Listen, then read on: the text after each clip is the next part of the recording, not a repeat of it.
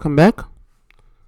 So in this video, we're gonna go right into creating the context system. I hope you watched the first two videos.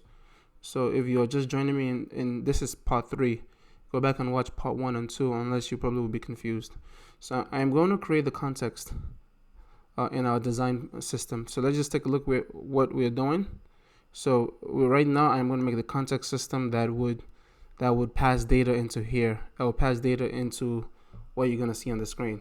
But before I go into the context, just to show you what kind of data we would be using, let me make this a little bigger. Sorry, there we go. So I'm getting my data from Rapid API, and I just go to Rapid API, rapid.com developer/apps, subscribe and enter COVID-19 data. And the first one was the one that I chose, and right away you should be able to create your own apps. Here's my API codes 205, and here's my default application. It's really easy, guys. So let's see how the data looks like. So here's Postman. I have Postman open. Here's my API. Here's some of my you need to get the key. You need to get the Rapid key, the host, and the parameters. You need to set the date and the code. This is the one that I'm using. When I run send, it makes the request, and this is what we get back. So just let's make it look a little bigger. Here we go. So we have country, provinces, latitude, longitude, and date. So we're gonna make use of this data. So let's start by creating our context system. So I'm gonna create a file call inside the context folder. I'm gonna call it datastore, datastore.tsx. So alright, so the first thing is just a bunch of boilerplate. Import React. Things I know we're gonna use reducer, use create context. Actually, I'm not gonna do that yet. I would define it as we use it from React. Okay. So the noise that you do here, that's my laptop. I have the video running and I have the server running. I have a bunch of things running. I need to get a new computer, so that's the fan. So the next thing that we're going to do now is we are going to create our context. So export context. So I need to get my context from React, create context. There we go. So since this is TypeScript, we do kind of need to explain to React. You know what? Let's not even get there yet. I'm jumping guns. So let's create our provider. So let's put a comment here, context. So let's create our provider.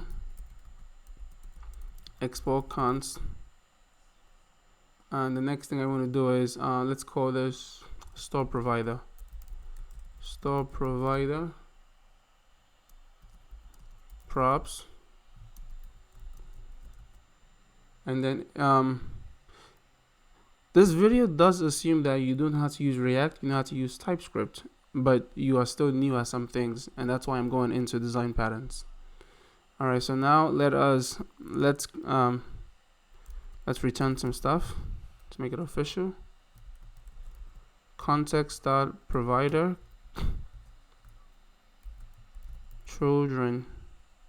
There we go. Oh, props.children, sorry.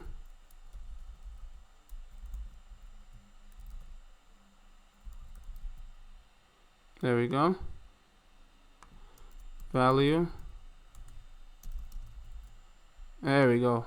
So now we're getting this error here saying props implicitly has any type. That's fine. The it has any type. We need to update this. So let's get what does this, what type. Let's give this function some type of information about what props is. Basically, it's a basic React functional component. So what I'm going to do is I'm going to say react.fc. That's it. All right, and if you go over it, you see right there, start provider. It's a React functional component. That's all it's telling you. All right, so this is fine. This should work. There should be nothing wrong. Let's go back to our app. Let's just remove this for now. We don't need the postman for now. Let's see, everything's still fine. There we go. All right, so the next thing is I want to hook it up to the app itself.